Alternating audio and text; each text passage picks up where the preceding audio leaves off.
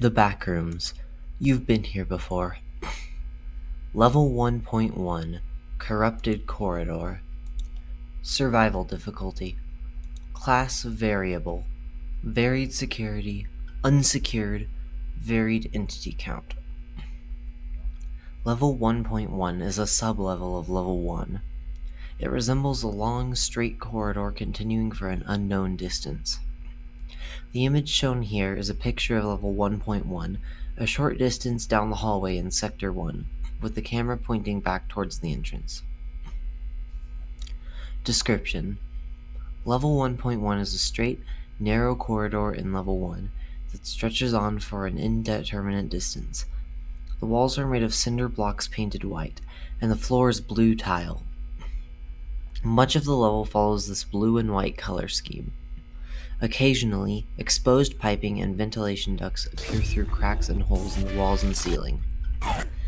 Much like Level 1, Level 1.1 is abundant in resources because of the many crates filled with supplies scattered throughout the level.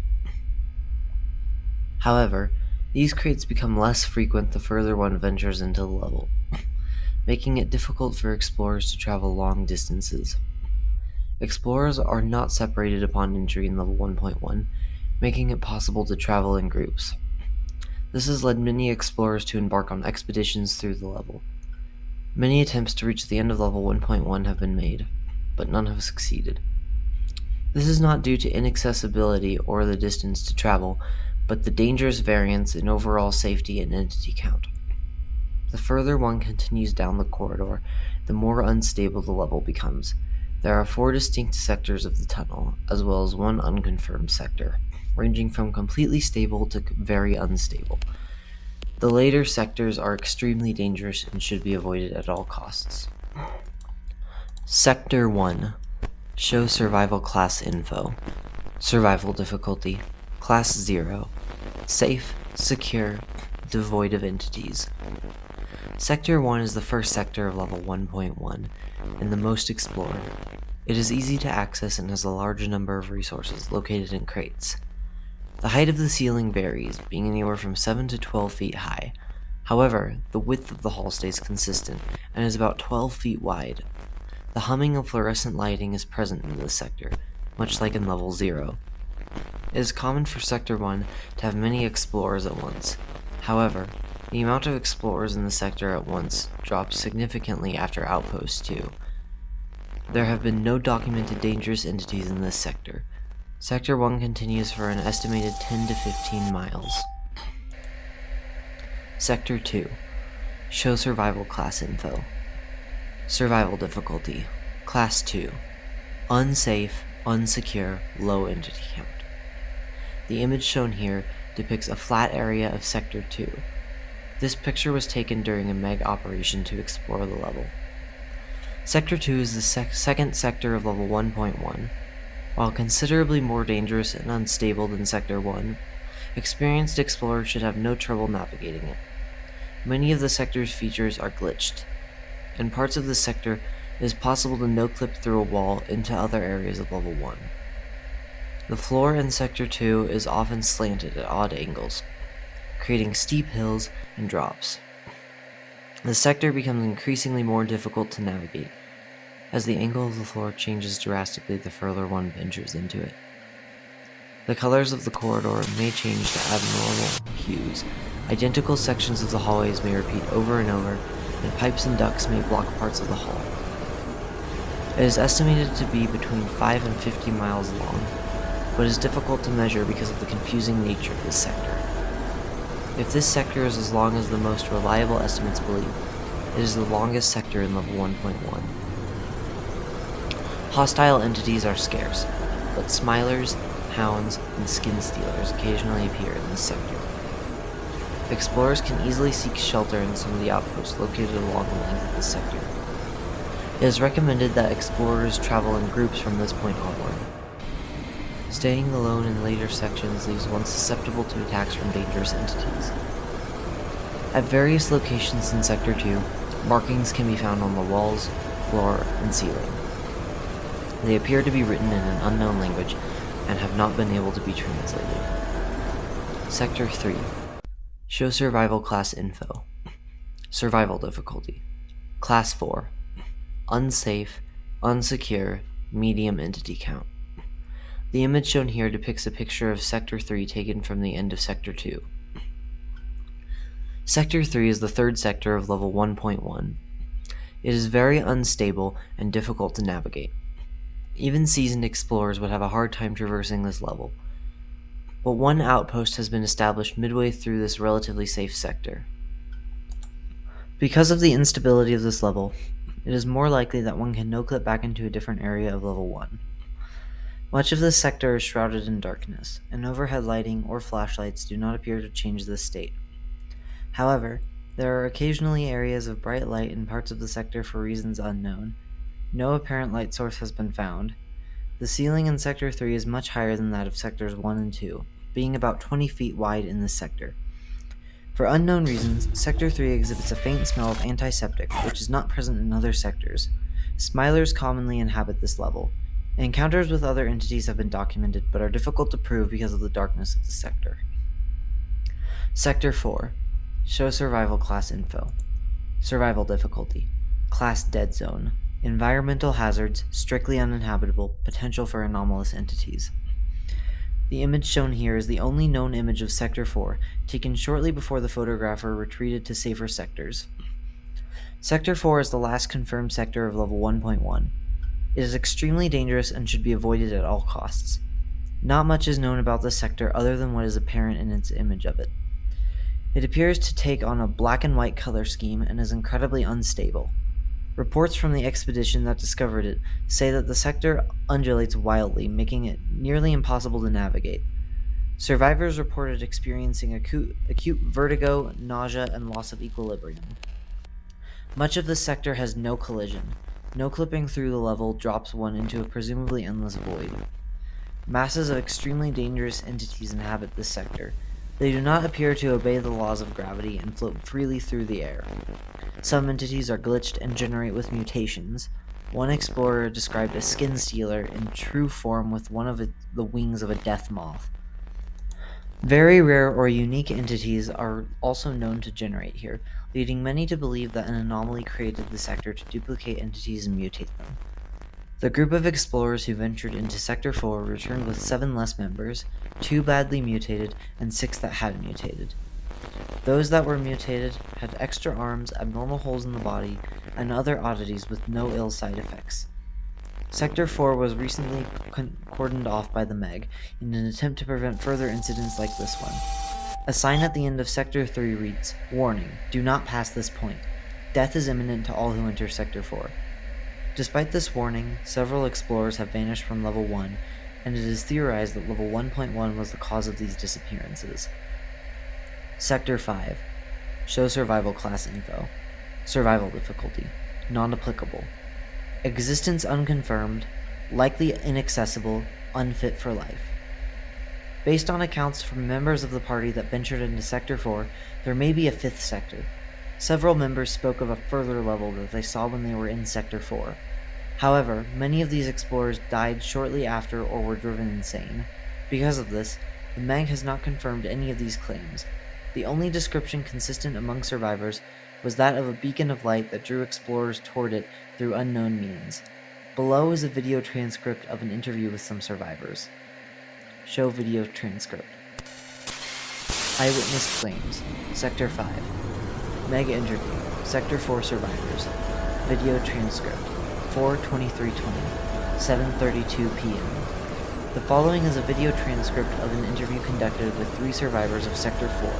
Meg official David Stewart interviewed Owen Richardson, Jalen Harris, and Kara Williams about their experience in Sector 4. The interview is as follows. Interviewer Stewart and the 3 explorers enter the room. Stewart sits down in a chair and motions for the others to do the same. Interviewer Stewart. Alright everyone, thanks for coming. I'm going to ask you a few questions about your experience in Sector 4. Short silence. Williams shifts nervously in her seat. Oh, Richardson. That place is beyond hell, that's for sure. Oh, Richardson. Yeah, the entities were all glitchy. Some of them had sort of switched features with other entities. I remember there being some kind of skin stealer death moth combo. It was fucked up, man. C. Williams. God, I'm shivering just remembering some of those things. Some were almost normal, others were downright gruesome. They were all floating, too. So while we were getting thrown around the level, they just hovered above us, looking for an easy kill like vultures. I really don't see why the tunnel gang wants us to get past this sector.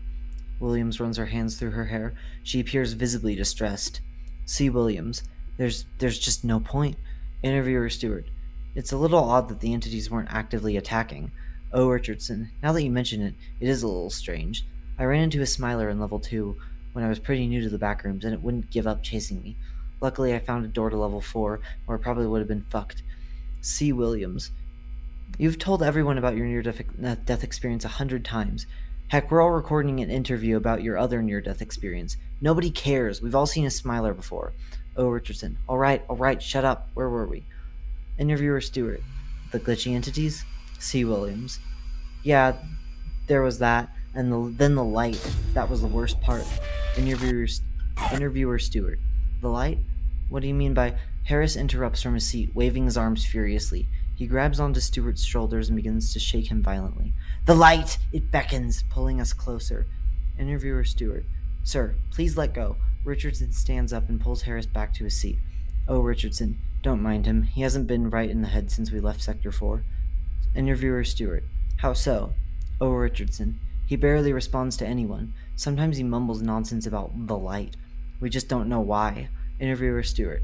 If I had to guess, Sector 4 messed with his head somehow. C. Williams. That's what we think too. Interviewer Stewart. Anyways, what were you saying about the light? C. Williams. It was like a beacon. Down the tunnel there was some kind of light. We tried to go towards it, thinking we'd make it to a further level. That's when everything went south. Everyone was screaming. Glitched entities appeared out of nowhere. That's when I lost my brother.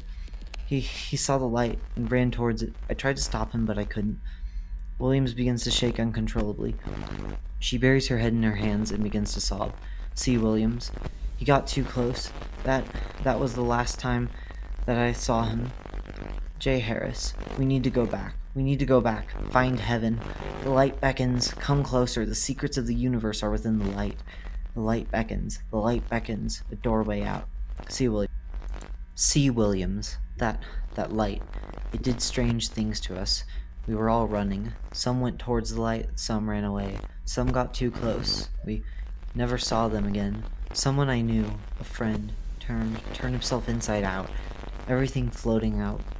Williams dissolves into hysterics and begins to hyperventilate. She doubles over and vomits on the floor. Harris puts a hand on Williams and appears to make an attempt to comfort her. J. Harris. They will come back someday. They've just gone to rest. Williams glares at Harris, shoving him away.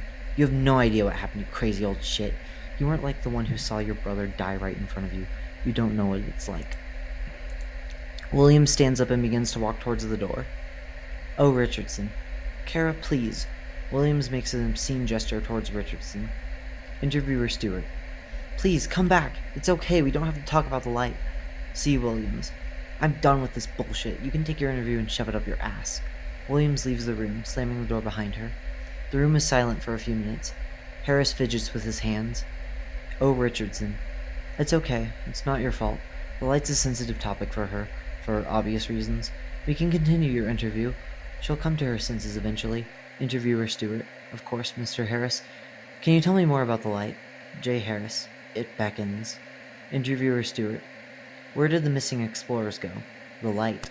It brought them to another plane, elevated their existence. Nobody knows but those who experience it. Side rooms. Oh, Richardson. Side rooms? Is this clown seriously saying that there's some other kind of backrooms bullshit out there? J. Harris. Maybe so, maybe not. The light beckons. It transports to an elevated existence. We need to go back. We need to go back. Bring me back. I need to go back. Interviewer Stewart. I'm sorry, it's too dangerous. Harris leaps from his chair and lunges across the room, choking Stewart.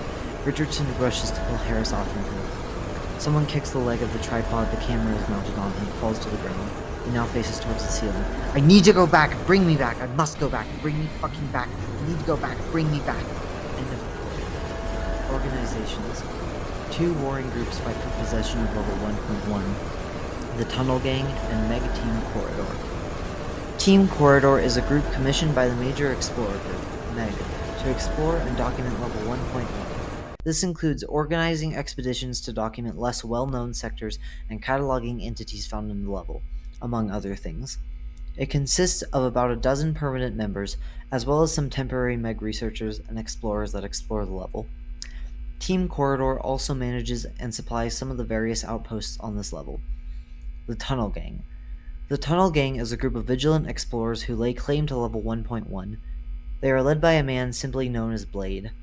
However, further research has determined that he is a former member of Meg Base Gamma named Miles Mason. They are relatively hostile and consistently warring with the Meg for control of the level. The Tunnel Gang believes that the conceptual Sector 5 may be an exit to the Backrooms, and have made multiple attempts to do so. There are 6 permanent members of the Tunnel Gang. They have gained possession of an informal outpost at the end of Sector 2, see Jacob's Hut, which they now accept as their headquarters. Although hostile, they are rarely dangerous. Their weapons are extremely primitive, fashioned out of the scraps of supply crates left around level 1. For this reason, many explorers have been able to fight them off for access to Sector 3. The Meg has elected to leave the Tunnel Gang alone, and has even attempted to make peaceful negotiations with them, all of which the Tunnel Gang has declined. One Meg representative reasoned that the Tunnel Gang provides materials for explorers venturing further into the tunnel without the Meg having to use more materials restocking it. A notebook containing a short written exploration log was recovered by a lone explorer in level 1, presumably written by a member of the Tunnel Gang. It has been transcribed below. Written log. The Tunnel Gang. Recovered document. Unknown author. Day 1 of Expedition 4, 2/7/2021. Today we're starting out on our fourth journey to Sector 5. We have loads of food and water, so we're hopeful that we'll make it past where we were last time. Blade says we're more prepared than ever. We traded some packs to carry more stuff in. I hope it'll help. Blade's calling on me now. I think it's time to go. Hopefully this is the last time I'll have to lay eyes on this godforsaken hut. Day 2 of Expedition 4, 2/8/2021. Alright, I haven't been able to update since it's been so dark in Sector 3, but we finally came across a light area. Last night, we slept in the corridor and everything went smoothly. Blade says that we should reach Outpost 4 in a few hours. We haven't seen any entities yet, which means we're luckier than last time. Update. Found Outpost 4. Cam bumped into the box while we were walking and hurt his knee. Not sure how bad it is, but he says we can put weight on it, and he seems to be walking okay, besides a little limp. Tonight we'll sleep by the Outpost 4 box and try and make some progress tomorrow. Day 3 of Expedition 4, 2/9/2021. Emma was planning to wake us today since she's an early riser, but it turns out a Smiler decided to do it for us. It snuck up on us and attacked us while we were sleeping. Blade managed to fend it off, but Cam wasn't so lucky. He didn't look where he was going, and while backing away, and no-clip right through the wall. Blade says we're not going back, and that we'd meet up with him when we're done. We'll try and make as much progress as we can today, but Blade says we won't make it to Sector 4 for another couple days. This darkness is starting to take its toll, and the random patches of blinding light isn't helping. I forgot how much I hated this sector.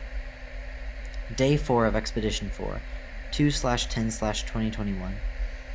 Blade says we're getting closer to Sector 4. We've made it past where we turned back on Expedition 2. Jake's body isn't there anymore, though. We don't know where it went. Supplies are starting to dwindle. I hope we make it out soon. Day 5 of Expedition 4, 2/11/2021. Today we made it to the entrance of Sector 4. Never thought I'd make it this far, but here I am. The whole corridor is spinning and twisting like some freakish amusement park ride. Blade says we'll spend a couple days scooping out the level before I make our move. I'm a little nervous since supplies are getting low. Hopefully Sector 4 isn't a long one, because we need to get out of here soon. Day 6 of Expedition 4, 2/12/2021. We're starting to realize that we severely underestimated how much food we needed. If we don't get going soon, we might have to turn back. Blade says we should make a move. I can see entities appearing not far from the entrance. They just pop into existence. Some of them are weird looking. They don't seem to come near us for some reason. Blade says it's now or never. We're gearing up and heading in. I'm really nervous. There's a good chance we'll all die in there, but it's not like I wasn't going to die in the back rooms anyway. Might as well take a chance. End of log. The fate of the author is unknown. However, Blade and 2 other explorers were seen at Jacob's hut about 2 weeks after the last entry in this log. When asked, Blade or any other member of the tunnel gang refused to recount the events of their expedition. Bases, outposts, and communities. The image shown here is a basic map of the outposts and other safe locations. Several outposts and safe places exist in level 1.1. These outposts are stocked with various supplies and resources for explorers. Outposts located in the earlier sections of the level might be permanently manned, but later outposts are often uninhabited and only visited to be restocked every few weeks or months. Many of the 5 outposts have been established by the Meg, but some are independent outposts. Outposts are usually located in an area where there is some kind of variation in the tunnel. This includes small recessions in the wall where the hallway might widen to 20 feet or more, or large rooms that can be accessed via short side hallways. It is unknown what causes these anomalies to appear in an otherwise uniform hallway. View Outpost 1. Outpost 1. The image shown here is a picture of Outpost 1 as originally discovered. Outpost 1 is a permanently manned outpost located in Sector 1. It is the safest and most stable of the outposts. It is permanently manned by members of the Meg, and is restocked frequently. At the entrance to Outpost 1, the corridor opens up into a small room. In this room is a storage area for supplies, a set of 4 3-high bunks for travelers, coolers for storing food, and other basic commodities. The outpost features characteristics similar to that of an unfinished basement. The walls are consistent with the rest of the level, being made of cinder blocks. However, they are unpainted. There is some exposed piping and ventilation ducts attached to the walls and ceiling, as well as standard fluorescent lighting. The floor was originally dirt but has since been replaced with wooden boards. View Outpost 2. Outpost 2. Outpost 2 is located at the junction between Sector 1 and 2 manned by the Meg. It is the largest of the outposts, spanning a network of rooms. Dormitory room with 16 bunks. Kitchen plus dining area. Storage hall. Trading hall. Common area. The image shown here is a map of the layout of Outpost 2. Explorers spend the most time in this outpost out of any of the other outposts, preparing for the danger ahead. At the entrance to this outpost, the hallway widens to about 12 feet wide. In this widened area is the trading hall, where explorers display their goods and offer trades. There is a doorway located on either side of the trading hall, each of which opens into a small network of rooms. Outpost 2 is the last sufficiently stable outpost. The floor, walls, and ceiling are made of white tile. The outpost is lit by standard fluorescent lighting that operates on the timer, staying on 16 hours a day and off the remaining 8 hours. This outpost is supplied primarily by the Meg, but independent explorers are often willing to trade for materials in the trading hall. View Outpost 3. Outpost 3. Outpost 3 is nothing more than a small shelf on the wall halfway through Sector 2, and is stocked with various supplies. There is also a small cot located on the bottom shelf, which can be pulled out to be slept on in the hallway. Because of Sector 2's glitchiness and instability, supplies have been known to inexplicably disappear from the shelf. This has ended many missions early as explorers looking to restock at Outpost 3 found the shelves empty and had to return to Outpost 2 with no other options. Explorers must sleep in the corridor and risk attacks from hostile entities. Outpost 3 is restocked monthly by the Meg. View Jacob's hut. Jacob's hut. Jacob's hut is an informal outpost near the end of Sector 2. It is built out of spare clothes and bedding, speared on top of sticks to create a primitive hut in a large recession in the wall. It was created during an expedition to the end of level 1.1 by Jacob von Jacob. The team used it to store extra supplies so that they could restock without having to travel back to Outpost 2 or 3. After the catastrophic failure of that mission, the Tunnel Gang claimed the hut for themselves and permanently resides there.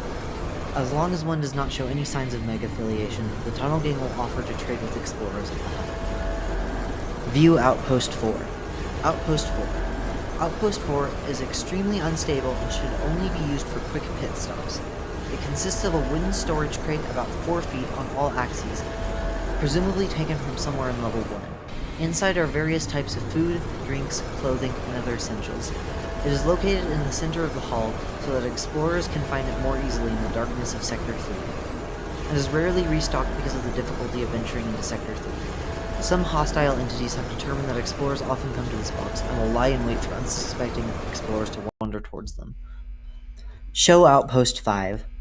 Outpost 5. Abandoned. Several attempts were made to establish a fifth outpost at the far end of Sector 3.